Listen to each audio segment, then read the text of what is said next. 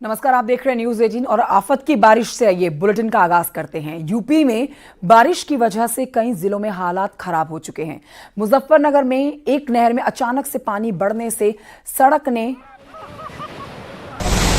Surrender कर दिया, जल समाधि ले ली सड़क ने। ये देख रहे हैं आप तस्वीरें उसी सड़क की जो बह चुकी है। सड़क के पानी के साथ बहने का ये लाइव वीडियो आप इस समय देख रहे हैं जो सोशल मीडिया पर वायरल हो रखा है।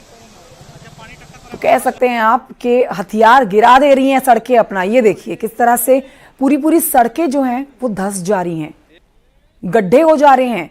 ना सिर्फ गड्ढे हो रहे हैं बल्कि सड़कों का बड़ा हिस्सा जो है वो पानी के साथ बहता हुआ नजर आ रहा है। ये हैरान करने वाली तस्वीरें हैं जो एक्सक्लूसिवली आपको न्यूज 18 दिखा रहा है। ये देखिए किस तरह से मुजफ्फरनगर में ये तस्वीरें मोबाइल फोन में किसी ने कैद की हैं और आप देख सकते हैं साफ तौर पर इन तस्वीरों में ये सड़क पानी के तेज बहाव में बह जाती है।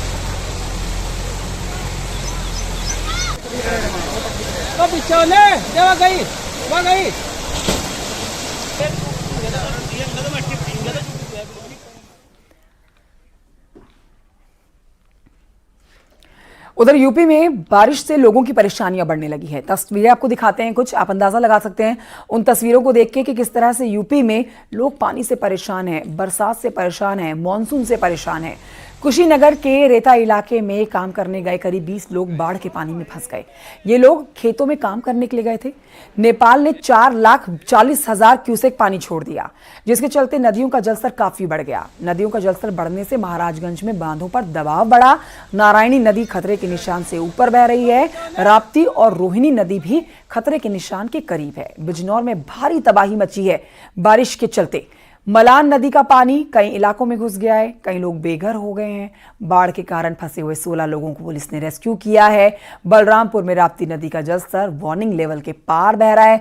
मुजफ्फरनगर में पानी से जो सैलाब आया है उससे सड़क बह गई है।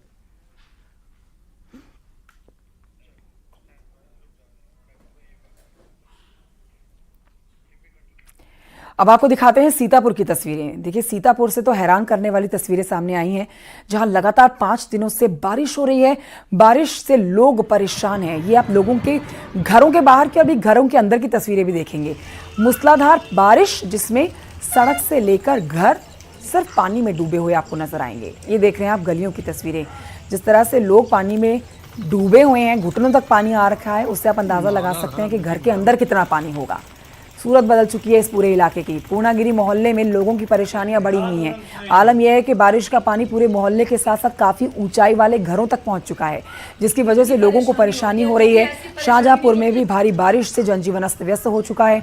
सड़कें तालाब में तब्दील हो चुकी हैं और घरों के अंदर सारा सामान लोगों का पानी में डूबा हुआ है।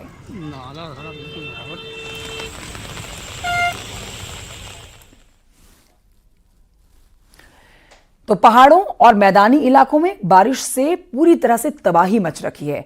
बिजनौर में गंगा नदी उफान पर है। आपको तस्वीरें श्रावस्ती और बिजनौर की दिखा रहे हैं। गंगा के पानी का जलस्तर लगातार बढ़ रहा है। तेज बारिश से कई बीघा फसल पानी में डूब गई है। गंगा के किनारे बसे हुए इलाके जो है इस समय वहां पर अलर्ट जारी कर दिया गया है। श्रावस्ती में राप्ती नदी खतरे के निशान से ऊपर बह रही है। मलीपुर तहसील परिसर सहित दर्जनों गाँव में पानी भर गया है। बताया जा रहा है कि नेपाल में हो रही लगातार बारिश से राप्ती नदी उफान पर है। जिले में सैकड़ों गांवों पर बाढ़ का खतरा मंडरा रहा है।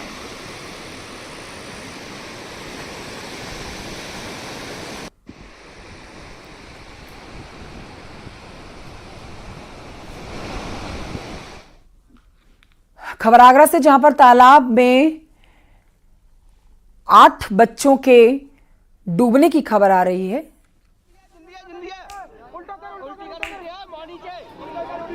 खेलते खेलते तालाब में गिरे थे 8 बच्चे। तालाब में डूबने से 3 बच्चों की मौत हो गई है। आगरा में तालाब में 8 बच्चे और एक महिला डूबने से हड़कंप मच गया है। खेलते खेलते बच्चे तालाब में गिर गए। हादसे में 3 बच्चों की मौत की जानकारी आ रही है। एक बच्चे की हालत गंभीर है। खंदौली थाना क्षेत्र का ये मामला है। तस्वीरें आपको दिखा रहे हैं। बेहद दुखद घटना। खेलते खेलते बच्चे तालाब में डूब गए हैं, जिनमें 3 बच्चों की मौत की पुष्टि की गई है। मातम पसर गया है पूरे इलाके में। आप देख सकते हैं इस समय सुरक्षा बलों की तैनाती कर दी गई है लोगों को संभालने के लिए। हालांकि चार बच्चों को बचा लिया गया है, लोगों ने 4 बच्चों को बचाया है, लेकिन 3 बच्चों की मौत हो गई है। एक महिला की भी जानकारी आ रही है मौत होने की।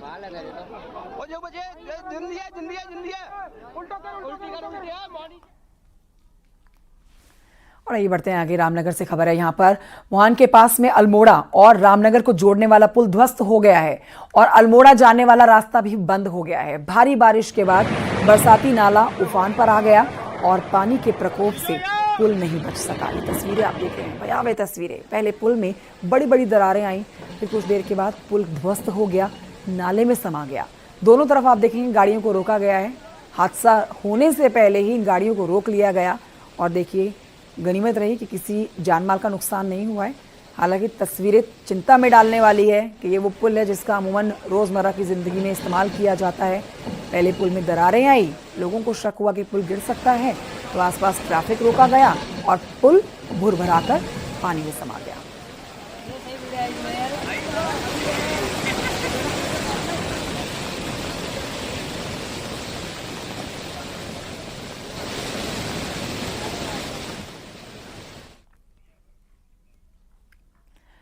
सीतापुर से बड़ी खबर आ रही है। बारिश के चलते मकान की छत गिरी और छत गिरने से एक शख्स की मौत हो गई है।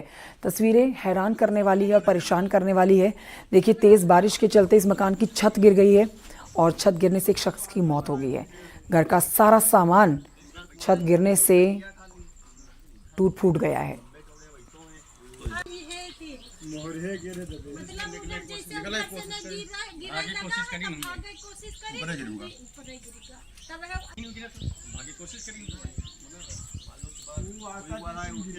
बैठे हुए उधर बोले उधर निकली तकिया। और आइए इस वक्त की बड़ी खबर आपको बताते हैं। सीएम योगी आदित्यनाथ अधिकारियों को आदेश उन्होंने दिया है। तेज बारिश को लेकर सीएम अलर्ट हो गए हैं। प्रभावित परिवारों को राहत राशि दी जाए, वित्तीय सहायता देने के आदेश मुख्यमंत्री ने दिए हैं। फसलों को हुए नुकसान का आकलन हो। बड़ी खबर आपको दे रहे हैं इस वक्त की। मुख्यमंत्री योगी आदित्यनाथ अधिकारियों को आदेश दे चुके हैं।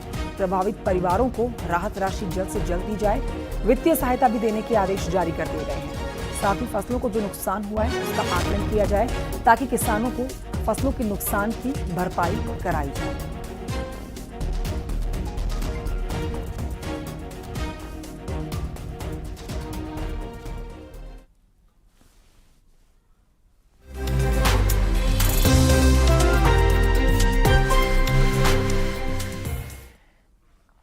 उत्तर प्रदेश में लोकसभा चुनाव में बीजेपी के प्रदर्शन को लेकर पार्टी के भीतर माथापच्ची जारी है। कहा जा रहा था कि भाई चुनाव में दलित वोटर बीजेपी से नाराज था। इसी को लखनऊ में बीजेपी के राष्ट्रीय संगठन महामंत्री बीएल संतोष ने दलित नेताओं के साथ मीटिंग की। अब मीटिंग के बाद यूपी की मंत्री गुलाब देवी ने यह बयान दिया। उन्होंने कहा कि दलित समुदाय के लोग बीजेपी से नाराज नहीं हैं। बीजेपी में दलितों को पूरा सम्मान मिला है। इतना ही नहीं, मुफ्त राशन का सबसे ज्यादा फायदा भी दलितों और मुसलमानों को मिला है।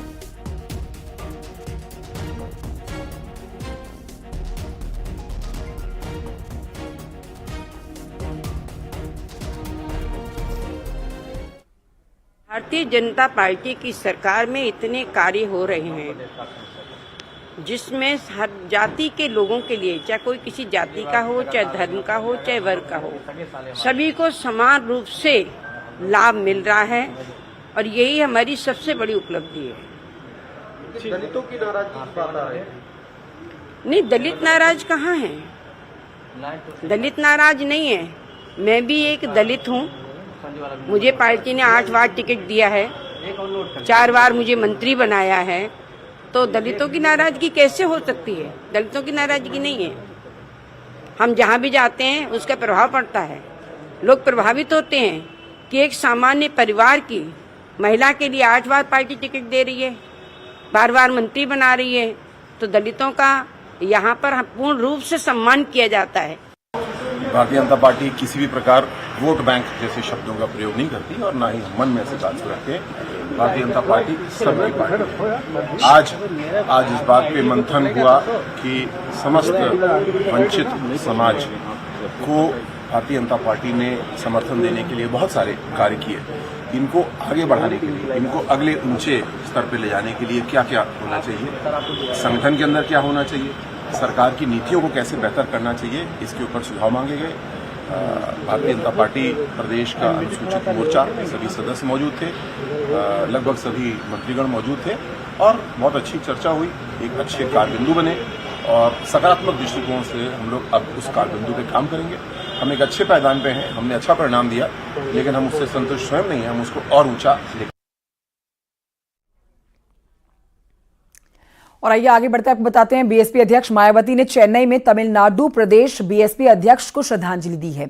इस मौके पर मायावती ने कहा है कि हम चुप नहीं बैठेंगे। उन्होंने तमिलनाडु की स्टर्लिंग सरकार पर सवाल खड़े करते हुए आरोप लगाया कि राज्य सरकार गंभीर नहीं है, वरना असली अपराधी पकड़े जाते। उन्होंने पूरी घटना की सीबीआई जांच की मांग की है। बता दें आपको, तमिलनाडु प्रदेश बीएसपी अध्यक्ष की हत्या कर दी गई थी। अपराधियों ने इस घटनाक्रम को अंजाम देके, इस वारदात को अंजाम देके बड़ा सवाल खड़ा कर दिया है प्रदेश में बीएसपी के स्टैंड को लेकर। के आर्मस्ट्रॉन्ग पेरम्बूर इलाके में अपने नवनिर्मित घर के पास दोस्त से बातचीत कर रहे थे। हत्यारे 3 बाइकों पर सवार होकर आए और हमला कर दिया। मौत के घाट उतार दिया गया तमिलनाडु के बीएसपी के प्रदेश अध्यक्ष को।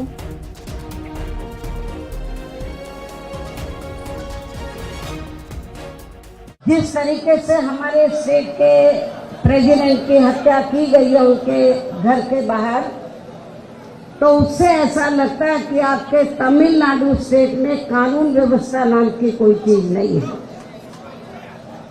और इतना ही नहीं, मुझे ये भी मालूम हुआ कि जिन्होंने हत्या की है अभी तक वो असली जो अपराधी है वो पकड़े नहीं गए हैं। तो हम चाहेंगे कि ये मामला सीबीआई को रेफर किया जाए। मायावती को आप सुन रहे थे। आगे बढ़ते हैं, आपको बताते हैं उपचुनाव को लेकर बीएसपी की तैयारी उपचुनाव से सभी सीटों पर लड़ने को लेकर है। अब आपको यह भी बता देते हैं, बीएसपी कोऑर्डिनेटर से मांगे उम्मीदवार के नाम। बीएसपी नेता गांव-गांव जाकर चौपाल लगाएंगे।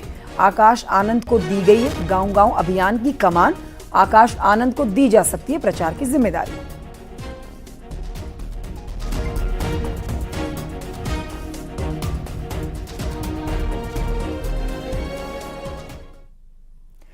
हाथरस हादसे की बात करते हैं, जिस पर राहुल गांधी ने सीएम योगी को चिट्ठी लिखी है।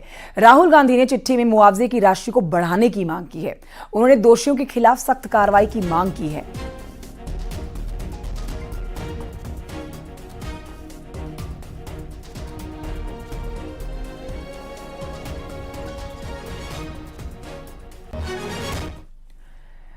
गाजियाबाद से खबर, जहां पर पूर्व बीजेपी की नेता नुपुर शर्मा एक सार्वजनिक कार्यक्रम में फिर नजर आई हैं।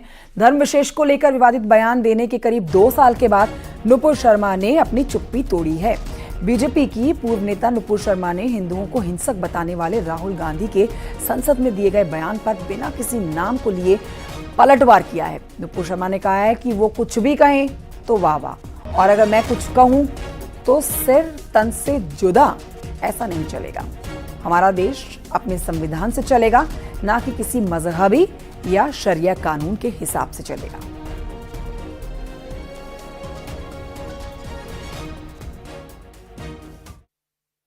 जब ऊंचे पदों पे बैठे लोग कह देते हैं हिंदू हिंसक हैं, ऊंचे पदों पे बैठ के लोग कह देते हैं कि हिंदू सनातनियों का नरसंहार कर दो, 2 बात कहूंगी। जो मैंने देखा है पिछले 2 साल में, सनातनियों का नरसंहार करने की कोशिश की गई, क्योंकि शायद व्हाट्सएप पे, फेसबुक पे कुछ लिख दिया और कुछ ऐसा उल्टा सीधा नहीं लिखा। और अगर हिंदू हिंसक होता तो एक हिंदू सनातनी बेटी को इस सुरक्षा घेरे में अपने ही देश में अपनी आजादी गवा के रहने की नौबत नहीं आती। कहो तो वाह वाह, मैं सत्य भी कह दूं तो सर तन से जुदा, ये मेरे देश में नहीं चलेगा। मेरा देश भारतीय संविधान से चलेगा, किसी मजहबी कानून या शरिया से नहीं।